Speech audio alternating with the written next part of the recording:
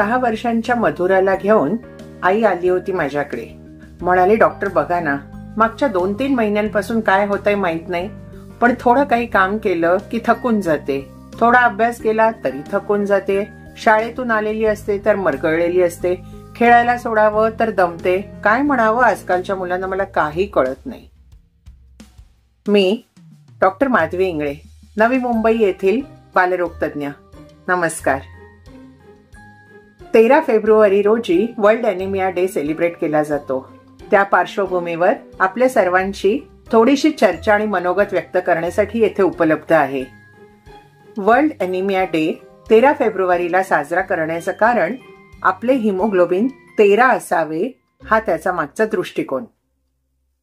आपल्या सगळ्यांना माहीतच आहे की ॲनिमिया म्हणजे शरीरातील रक्ताचं प्रमाण कमी होणे, रक्तामधील हिमोग्लोबिनचं प्रमाण कमी होणे. त्यामुळे अर्थातच शरीरातील वेगवेगळ्या अवयवांना ऑक्सिजनची कमतरता भासू लागते. आता ॲनिमिया होण्याची कारणं काय हेही आपल्या सगळ्यांना बऱ्यापैकी माहीत आहे. त्यामध्ये मेंदू हाडांमध्ये किंवा मज्जातंतूंमध्ये बोन मॅरोमध्ये लाल पेशींचं प्रमाण कमी होत जाणे किंवा त्यांची निर्मिती योग्य प्रमाणामध्ये न होणे, ज्याला आम्ही बोन मॅरो फेल्युअर सिंड्रोम्स असे म्हणतो, ज्यात अप्लास्टिक ॲनिमिया किंवा प्युअर रेड सेल अप्लेझिया किंवा लालच पेशी न बनणे किंवा रक्ताचे कर्करोग, ब्लड कॅन्सर यासारखे वेगळे वेगळे आजार असतात. दीर्घकालीन आजारी असलेल्या व्यक्तीला उदाहरणार्थ टीबी, HIV, किडनीचे आजार यांच्यामध्येही ॲनिमिया किंवा रक्तक्षय आढळून येतो. पण इथे सांगण्याची एक महत्वाची गोष्ट म्हणजे यापेक्षाही सगळ्यात जास्त कॉमन असलेलं कारण आणि सहज टाळता येण्याजोगं आणि त्यावर सहज उपचार पद्धती देखील उपलब्ध असलेलं कारण म्हणजे न्यूट्रिशनल ॲनिमिया, अर्थात आहारातून असलेल्या महत्वाच्या घटकांची पूर्तता न झाल्यामुळे उद्भवणारा ॲनिमिया किंवा रक्तक्षय.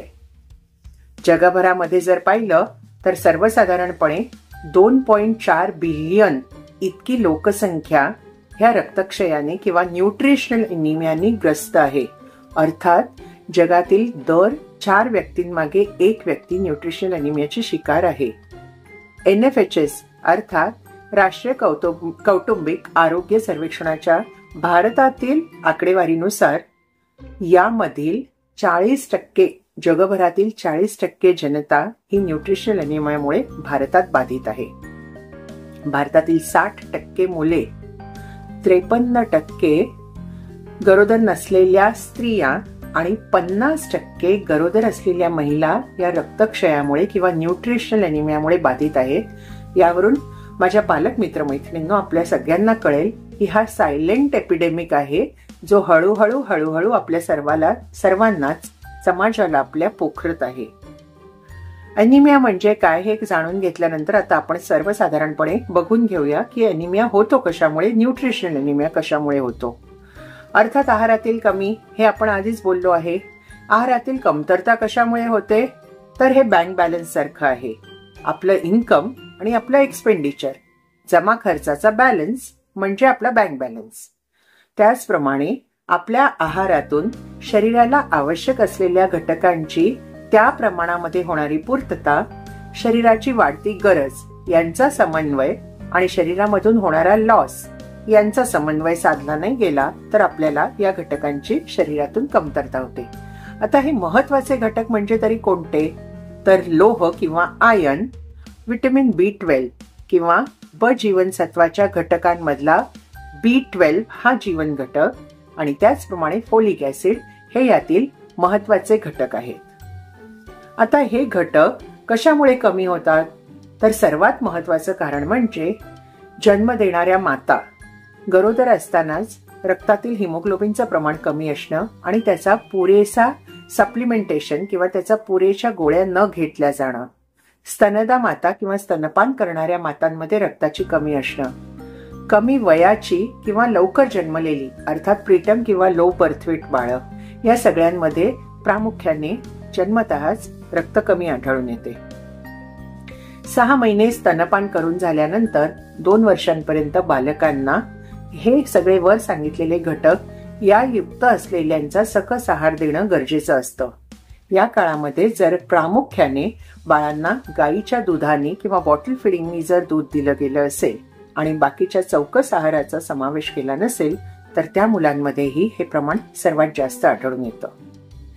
भारतासारख्या विकसनशील देशांमध्ये कृमींचा शरीरात असलेला अंतर्भाव म्हणजेच ज्याला आम्ही वर्म इन्फेस्टेशन म्हणतो, हे सुद्धा एक महत्वाचं कारण आहे की ज्यामुळे आपण खात असलेल्या अन्नामधून लोहाचे किंवा आयर्नचे ॲब्झॉर्प्शन किंवा शोषण जे आतड्यातून होत असते ते या कृमींमुळे पुरेशा प्रमाणामध्ये होत नाही आणि शौचावाटे किंवा स्टूल्समध्ये डोळ्यांना न दिसणारा ऑकल्ट ब्लड लॉस होतो, ज्यामुळे शरीरातील हिमोग्लोबिनचे किंवा आयर्न न्यूट्रिशनल अॅनिमिया याचं कारण महत्वाचं हे असू शकतं.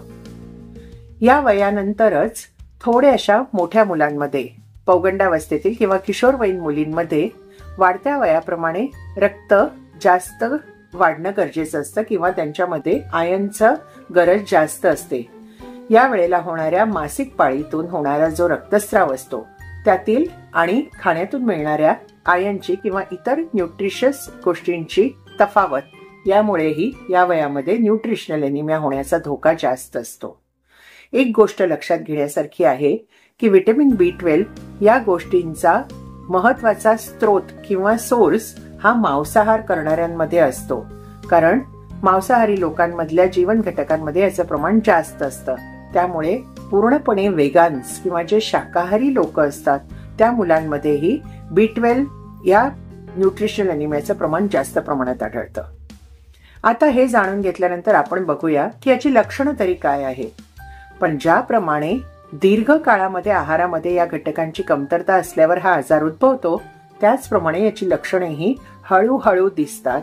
त्यामुळे बऱ्याचदा पालकांना ही लक्षातही येत नाहीत. यातील लक्षणे महत्वाची म्हणजे कमी वयातल्या लहान मुलांमध्ये इरिटॅबिलिटी किंवा अतिशय चिडचिड होणं, एका जागी स्थिर न बसणं किंवा poor attention span, decreased memory किंवा सांगितलेल्या गोष्टी सारखं सारखं विसरणं, थोड्याशा मोठ्या मुलांमध्ये पुअर स्कोलॅस्टिक परफॉर्मन्स किंवा शालेय ग्रेड कमी होत जाणं, ज्याप्रमाणे सांगितलंय त्याप्रमाणे वर्म इन्फेस्टेशन किंवा शी-मधून संडासमधून कृमी पास होणं या मुलांमध्ये हे प्रमाण जास्त दिसतं.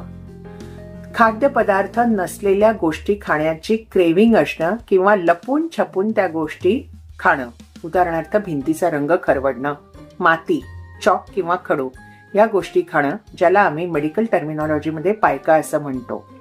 आणि ह्याही गोष्टी जर लक्षात आल्या नाही आणि अजूनही हिमोग्लोबिनचं प्रमाण जर कमी होत गेलं तर अशा मुलांना चक्कर येणं, चक्कर येऊन पडणं, हातापायांना सूज येणं आणि मग हृदयाचे ठोके वाढणं आणि अतिशय सिव्हिअर किंवा तीव्र प्रमाणामध्ये रक्त चढवण्याची गरज भासणं अशी लक्षणं दिसून येतात.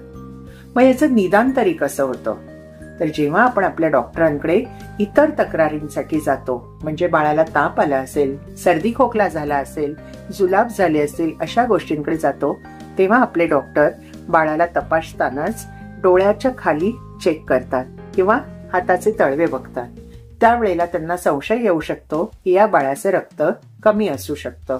त्यावेळेला ते आपल्याला CBC किंवा कम्प्लीट हिमोग्राम करण्याचा सल्ला देतात. यामध्ये काही त्रुटी आढळल्यास त्या पेशंटला किंवा त्या बाळाला सिरम आयर्न स्टडीज किंवा गरज पडल्यास व्हिटॅमिन B12 आणि फोलेट ऍसे करण्याची सुद्धा तपासणी करण्याची गरज पडू शकते. तसेच गरज पडली तर शौचाद्वारे डोळ्यांना दिसत नाही असा ब्लड लॉस किंवा ऑकल्ट ब्लड लॉस होतो आहे का किंवा कृमींची अंडी त्यात मिळत आहेत का या तपासणीसाठी सुद्धा आवश्यकता भासल्यास ती सांगितली जाऊ शकते. आता रोगाचं निदान तर झालं, पण उपचारांपैकी पूर्वीच आपल्याला माहितच आहे prevention is better than cure. तर सांगायचं तात्पर्य इतकं ऐकल्यावर तर माझ्या पालक मित्रांनो तुम्हाला नक्कीच कळलं असेल की जे आहारातून कमी होतं ते आहारात दिलं तर उपचार करण्याची वेळ टळू शकते. म्हणूनच टाळता येण्यासारख्या गोष्टी म्हणजे आपल्या मुलांच्या किंवा परिवारातील सगळ्या सदस्यांच्या जेवणामध्ये आयर्न अर्थात लोह, व्हिटॅमिन B12, फोलेट यांचा पूर्णतः अंतर्गत यांचा समावेश करणं. त्याचप्रमाणे लहान मुलांना 6 वर्षाच्या 7 वर्षाच्या मुलांना दर 6 महिन्यांनी कृमीनाशक किंवा डिवर्मिंग करणं. आता हे जीवनसत्व असणारे महत्वाचे खाद्यपदार्थ कोणते तेही आपण बघून घेऊ.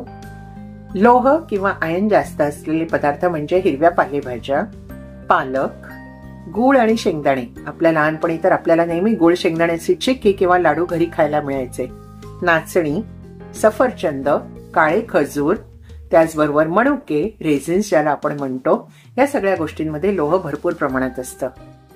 मगाशी सांगितल्याप्रमाणे B12चा प्रमुख स्रोत हा मांसाहार आणि दुग्धजन्य पदार्थ अर्थात मासे, फिश आणि त्याचबरोबर मांस यामध्येही याचं प्रमाण जास्त आढळतं अंड्यांसोबत.